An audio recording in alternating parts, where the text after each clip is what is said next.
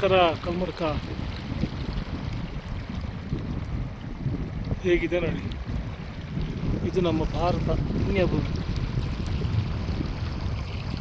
ನಮ್ಮ ದೇಶದಲ್ಲಿ ಏನಿಲ್ಲ ರೀ, ಎಲ್ಲ ಇದೆ. ಸುಮ್ಮನೆ ಸ್ವಿಟ್ಜರ್ಲ್ಯಾಂಡು ಅಲ್ಲಿ ಇಲ್ಲಿ ಅಂತ ನಾವು ಹೋಗೋದು. ಇಷ್ಟು ರಮಣೀಯವಾದಂಥ ನಿಸರ್ಗ ಎಲ್ಲಿ ಸಿಗುತ್ತೆ, ಯಾವ ದೇಶದಲ್ಲಿ ಸಿಗುತ್ತೆ ಹೇಳಿ? ನಮಗೆ ಹೋಗುವಷ್ಟು ಯೋಗ್ಯತೆ ಇಲ್ಲ ಅಷ್ಟೇ. ನೋಡಿ ನಮ್ಮ ಇವತ್ತಿನ ಟೆಂಟ್. ಈ ಸ್ಥಳಕ್ಕೆ ಹೆಸರು ಕಡಪತ್ತರ್. ಕಡಪತ್ತರ್ ಅಂದರೆ ನೋಡಿ, ಎಷ್ಟೋ ವರ್ಷದಿಂದ ಈ ಒಂದು ಕಲ್ಲು ಹಾಗೆ ಇದೆ ಅಂತ. ಎಷ್ಟೋ ವರ್ಷದಿಂದ ಇದೊಂದು ಜಾಗ ಏನೂ ಆಗಲ್ಲ ಇವತ್ತಿನ ತನಕ.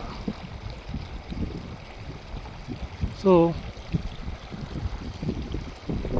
ಈ ಜಾಗೆಯಲ್ಲಿ ಇವತ್ತು ಹಾಲ್ಟು ನನ್ನೊಬ್ಬನೇ ಬಂದಿದ್ದಾರೆ.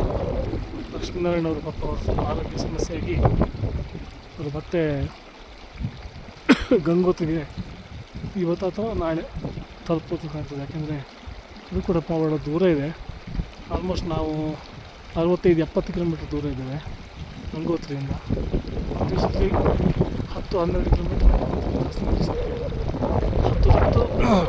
6-7 ಕಿಲೋಮೀಟ್ರು. ಇನ್ನು 4 ದಿವಸ ಇದೆ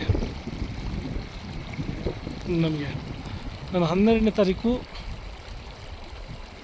ಈಗಿನ ಲೆಕ್ಕ ಪ್ರಕಾರ 12ನೇ ತಾರೀಕು ನಾವು